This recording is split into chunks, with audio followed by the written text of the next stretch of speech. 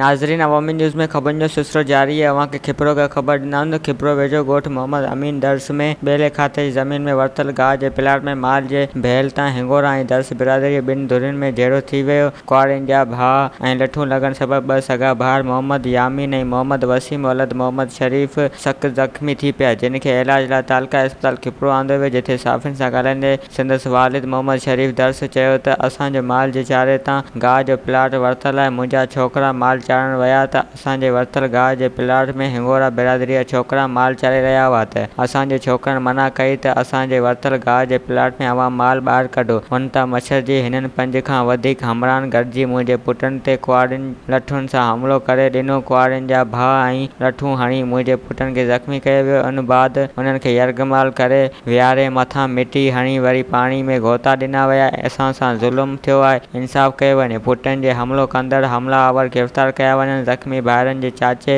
मुहिब दर्स चयो त असांजे छोकिरनि ते अॻु बि ॼाणल बिरादरी जे माण्हुनि कारगंद कई ऐं असां हिननि जे वॾनि खे दान ॾिनी, पर को बि तज़ारुक न थियो। वरी ॾाढ करे असांजे छोकिरनि ते हमिलो करे खेनि सख़्तु ज़ख़्मी कयो वियो आहे। हिननि चयो त वाक़े जो केस दाख़िल करे हमलावर खे गिरफ़्तार करे असां सां इंसाफ़ कयो वञे। तक़रीबन 4-5 माण्हू आहिनि। हिन खे कुआरनि जा पहा आहिनि ऐं हिननि खे मिटीअ में जेको सो धसियो अथनि पाणी में। तव्हां जेको भले हुनजा एक्सरा फोटू कढी ॾिसोसि। ऐं ज़ुल्म लॻो पियो आहे। ग़रीब माण्हू जिते रहण त को हक़ आहे ई कोन को, केरु ॿुधण वारो कोन्हे को। उन जे करे जेको असां ज़ुल्म आहे, असां 20 चकर हिन जे माइटनि खे चयो आहे, हिननि जे मामनि खे चयो आहे, काकनि खे बि चयो आहे, सौटनि खे बि चयो। बाबा हिननि छोकिरनि खे अंजनि खे सम्झायो। छोकिरा जेको सो असांजे छोकिरनि सां 20 चकर अॻु बि विढ़िया आहिनि। अॼु हिननि जी जेका हालत तव्हां ॾिसो वेठा, हिन सां असांजो ज़ुल्म आहे। इन जे लाइ असां जेको सो महिरबानी करे असां सां का मदद कई वञे। ऐं हू ज़ख़्मी मुंहिंजा 2 छोकिरा आहिनि। माल असांजो प्लाट वरितल हो गाह जो, उन में असांखे चवंदो डेली अची माल हुन ज़ोरी छॾंदा मज़े।